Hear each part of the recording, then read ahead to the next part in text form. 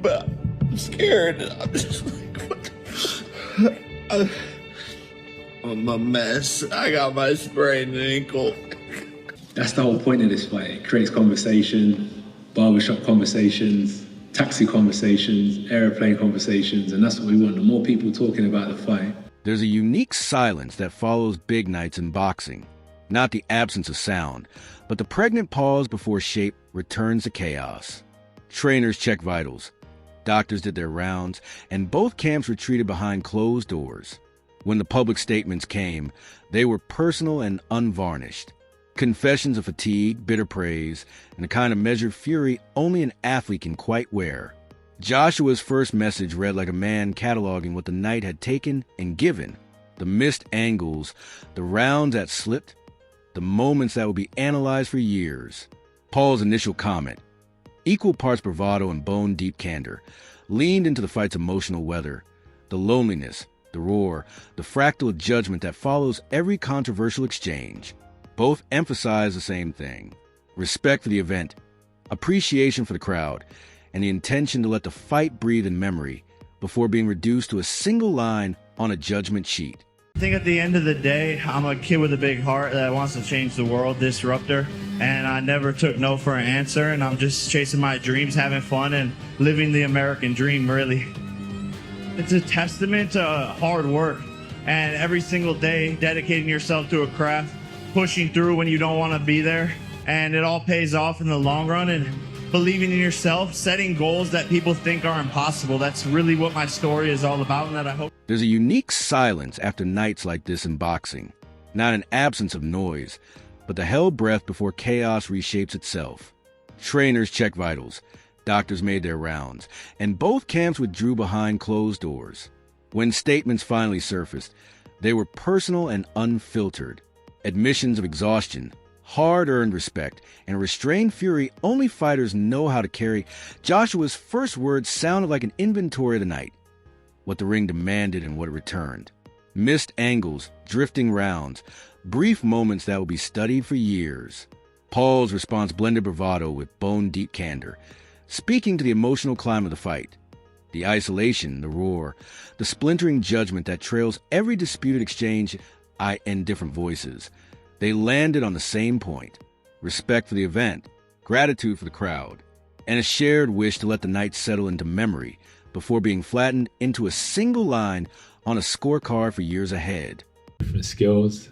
He has a very side-on stance, tries to practice the Philly shell, and I think Jake has a chance that is slim to none. I really appreciate it. All good? Thanks, boss. Thank you very much. See you guys.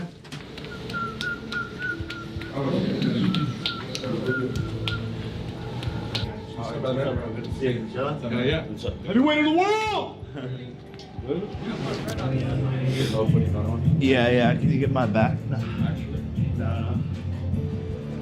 For the first week of sparring, I had to get comfortable in there and let things slow down and feel the power out and get the confidence to slip, catch, move. In the build-up to the clash, predictions flooded every corner of the sport, and they were sharply divided. Odds makers and a majority of analysts positioned Anthony Joshua as the clear favorite, listing him as the expected winner across most betting markets. That outlook was echoed by several major outlets and reinforced on betting boards worldwide. From an analytical standpoint, CBS Sports and Sportsline Combat analyst Josh Nagel leaned firmly toward Joshua, with his top prop selections, including a Joshua victory by TKO or KO. The logic was straightforward. Joshua's resume against elite opposition, and his proven finishing power suggested a night that could end suddenly. Yahoo Sports contributors largely agreed, identifying Joshua as a fighter most likely to stop the bout in the early rounds. They pointed not only to experience and size, but also to the dynamics of a major event, how refereeing tendencies, atmosphere, and pressure often favor the seasoned heavyweight in moments that decide fights. Still, the consensus was far from universal. Boxing's loudest personalities and several high-profile fighters offered contrarian takes that kept intrigue alive. Tyson Fury, never reluctant to stir the narrative, publicly predicted Jake Paul could land a punch capable of changing everything. He even claimed he would bet heavily on Paul in a hypothetical scenario. Fury's confidence injected belief into the idea that chaos was not only possible, but plausible. Dana White delivered his assessment with characteristic bluntness. Skeptical of crossover hype, yet openly respectful of Paul's willingness to step into heavyweight danger. His remarks served as a reminder that boxing's traditional gatekeepers were watching closely, evaluating, and occasionally being forced to reconsider old assumptions. Then there were fighters themselves. Jake Paul spent the pre-fight stretch doubling down on his mission to rewrite the rules. He publicly predicted victory, insisted Anthony Joshua could not knock him out, and repeated that confidence across media appearances, including major shows like the Pat McAfee Show. Those declarations sharpened the tension and elevated the stakes. That split in belief proved invaluable. When a favorite is backed by analytical heavyweights and the underdog has credible believers, every round carries cinematic weight. The fight feels less like a mismatch and more like a test of narratives colliding. After the final bell, the pundit class did what it always does. Some retracted earlier takes. Others stood their ground. Many praised moments that caught them off guard. Several former champions and active professionals admitted they had misread the tempo entirely. Amir Khan, for instance, framed the bout as a lesson in how traditional knockout power and discipline can still disrupt influencer-era boxing. What stood out most was the honesty. Few tried to hide being wrong. Instead, the fight became a case study. How to prepare for a social media-born fighter with refined timing, and how a veteran like Joshua must manage not just physical threats, but narrative ones that can sway momentum, officials, and perception. Well, it's very tough to say something about Joshua or Jake. You know, I'm waiting for this fight because I'm so excited. But, you know, Jake have a lot of chance to win, and a lot of people think he not, but I believe in Jake. I mean, Joshua is the best fighter and have a lot of experience in boxing. You know, he's a heavyweight guy, but Jake improved a lot, and the people need to respect both. You know, because it's not everybody have sorry my language, but have a balls for come inside the ring and fight. You know. From the opening bell, the tone was immediate and kinetic. Early flurries hinted that Paul's awkward, aggressive angles could find their way through, while other stretches settled into textbook heavyweight boxing. Range control, probing jabs, and heavy power shots layered with intent. Moments that looked routine in freeze frame felt seismic in real time. A short uppercut that made the crowd collectively inhale. A brief stumble that shifted balance and momentum across an entire round.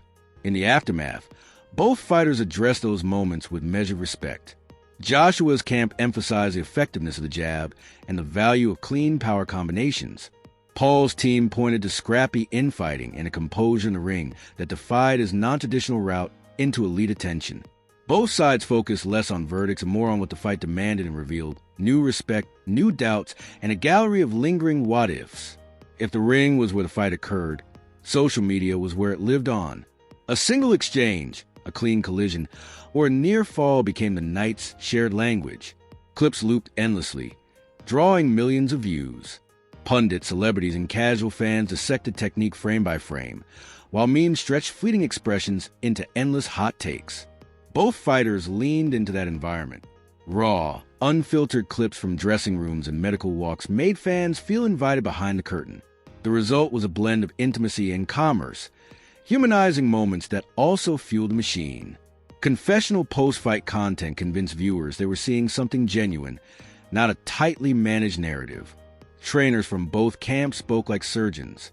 Joshua's corner highlighted lapses in range management and the need to maintain a higher guard against unconventional angles. Paul's team praised conditioning and resolve, while acknowledging tactical blind spots against an opponent with Joshua's shot-making. The language on both sides was about learning, not excuses. Clinical breakdowns replaced grandstanding, why certain rounds tilted, how pace strained game plans, and what adjustments were necessary. Their comments read like homework, notes to be folded into the next training cycle. See those big discrepancy in skill. Sometimes the better fighter carries the other fighter, or maybe goes a little easier. Is there any part of you that maybe thinks that way, or are you going in there 100%? Zero part of me. And it's not even that it's Jake. It's just, do you know, I was actually looking at myself today. I'm a very respectful guy, brought up by a good family, but if I can kill you, I will kill you. That's just how I am. And this is just the job I do, so. This fight moved serious commercial needles. Betting markets swung during the bout and throughout the post-fight weekend, while pay-per-view numbers were debated in real time. Promoters immediately began circling rematch possibilities like prize bulls. Outlets such as CBS and other betting analysts published live prop bets and adjusted lines on the fly, underscoring a familiar truth. Modern boxing is as much a data-driven entertainment business as it is a sport. Executives and broadcasters will be tracking rewatch figures and subscription spikes for weeks. Nights like this are currency. They finance future cards, convert casual viewers, and can reshape a fighter's market value overnight. If pundits argued technique, fans argued meaning.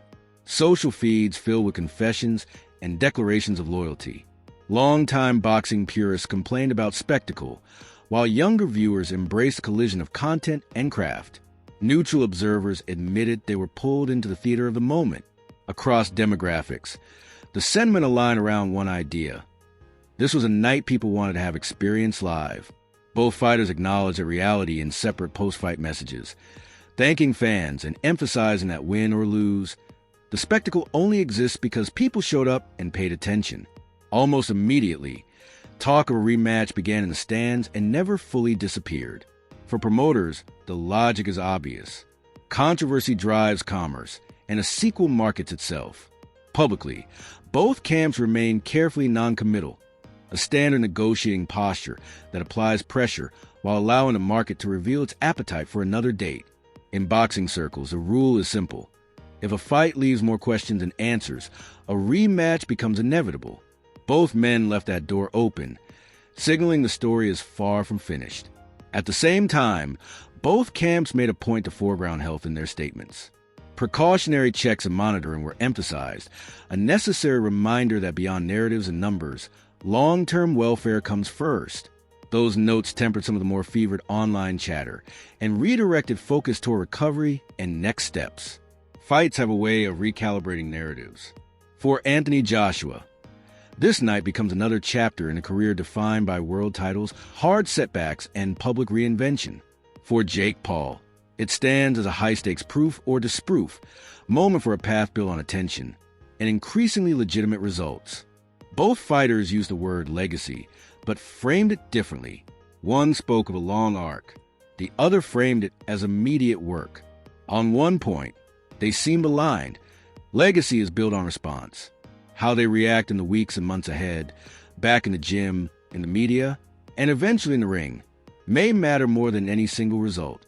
When the night finally settled, both men spoke with humility and fire. They thanked their teams, acknowledged pain and disappointment, and promised a return to training with clear intent. What it is that they're talking about is a massive bonus. So for me, I'm not worried about what people think about the integrity side. I'm more worried about, are they talking? And as long as they... This was a strategic human choice, and a fight that won't fade quickly. Anthony Joshua versus Jake Paul will be debated, taught in gyms, categorized by analysts, and litigated by pundits for years. The immediate statements from both fighters were telling. Rather than fixating on a result, they focused on what the fight demanded and what it gave back. Lessons learned, respect earned, and momentum to shape the next chapter. Whether that chapter opens with a rematch, a renewed heavyweight campaign, or entirely different opponents, one truth stands out. Both men will be judged less by a single outcome and more by how they respond next, inside the gym, under the lights, and in the public eye. Now I want to hear from you. What were your thoughts on the fight's outcome? And who should Jake Paul face next to keep proving he belongs at this level? Drop your opinions in the comments, and stay tuned for the latest boxing updates.